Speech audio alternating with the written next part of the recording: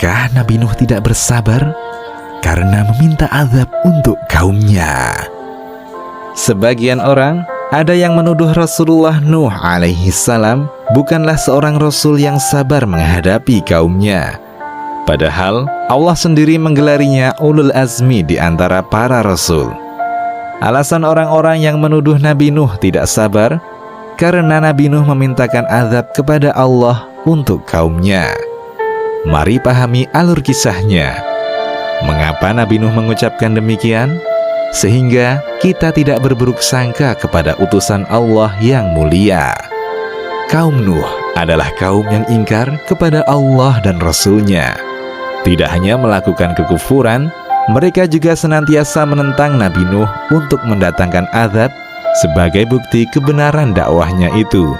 Mereka mengatakan, sebagaimana firman Allah Ta'ala, "Hai Nuh, sesungguhnya kamu telah berbantah dengan kami, dan kamu telah memperpanjang bantahanmu terhadap kami. Maka, datangkanlah kepada kami azab yang kamu ancamkan kepada kami, jika kamu termasuk orang-orang yang benar." Quran Surat Hud ayat 32. Namun Nabi Nuh tetap bersabar dan tidak membalas perkataan mereka dengan mengiyakannya atau menanggapinya dengan ancaman. Beliau hanya mengatakan bahwa keputusan azab bukanlah kehendaknya, melainkan hanya kehendak Allah semata. Nuh menjawab, "Hanyalah Allah yang akan mendatangkan azab itu kepadamu jika Dia menghendaki, dan kamu sekali-kali tidak dapat melepaskan diri." Quran Surat Hud ayat 33. Nabi Nuh telah berdakwah selama 950 tahun. Tidak hanya di siang hari, namun juga di malam hari, beliau tidak berhenti menyeru kaumnya. Selama masa yang panjang itu pula, beliau bersabar atas gangguan fisik maupun psikis yang ia terima. Nuh berkata, "Ya Tuhanku, sesungguhnya aku telah menyeru kaumku siang dan malam. Namun seruanku itu hanyalah menambah mereka lari dari kebenaran." Quran Surat Nuh ayat 6 hingga 7.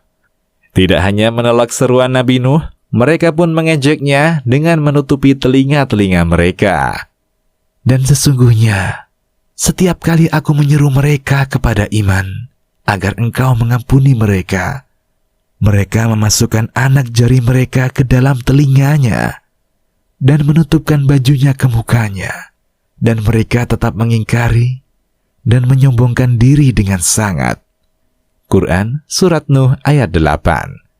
Allah Ta'ala pun menanggapi kaum Nuh yang sangat melampaui batas ini dengan berfirman, mengabarkan kepada Rasulullah Nuh alaihi salatu wassalam bahwa tidak ada lagi kaumnya yang akan beriman kepadanya.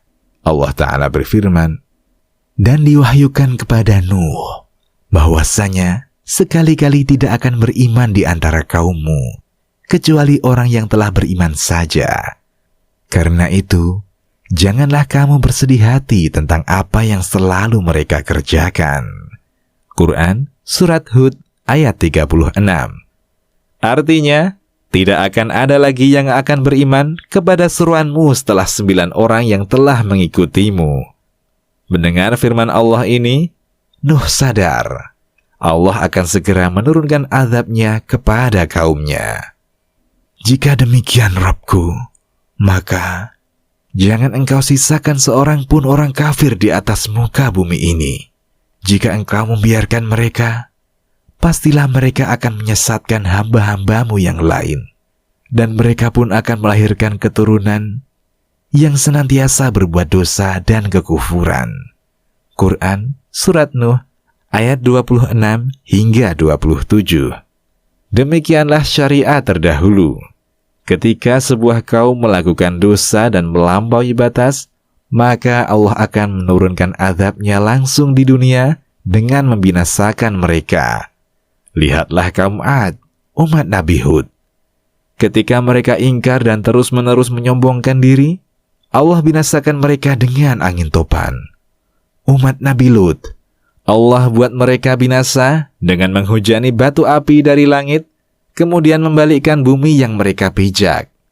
Bangsa Madian, umat Nabi Syuaib, Allah hancurkan mereka dengan suara guntur yang menggelegar, sehingga mereka tewas seketika, seolah-olah tidak pernah ada orang yang tinggal di daerah itu sebelumnya. Fir'aun, Qarun, dan lain-lain, Allah segerakan azab mereka di dunia, dan nanti azab yang lebih besar di akhirat. Berbeda dengan umat Nabi Muhammad SAW yang Allah utamakan atas umat lainnya, Allah tunda azabnya di akhirat kelak dan memperpanjang masa bagi umat Muhammad agar berpikir dan bertaubat. Semua itu Allah lakukan dengan hikmah dan ilmunya, dan hendaknya kita bersyukur atas hal ini. Dan akhirnya, azab yang mereka nanti-nantikan itu datang. Langit menurunkan air yang sangat deras, dan bumi pun mengeluarkan air yang melimpah. Bumi pun menjadi lautan yang sangat besar, yang ombaknya saja setinggi gunung. Allah Ta'ala berfirman, dan bahtera itu berlayar, membawa mereka dalam gelombang laksana gunung. Quran Surat Hud ayat 42. Demikianlah Allah menetapkan takdir untuk kaum Nabi Nuh. Demikian, Allahu a'lam.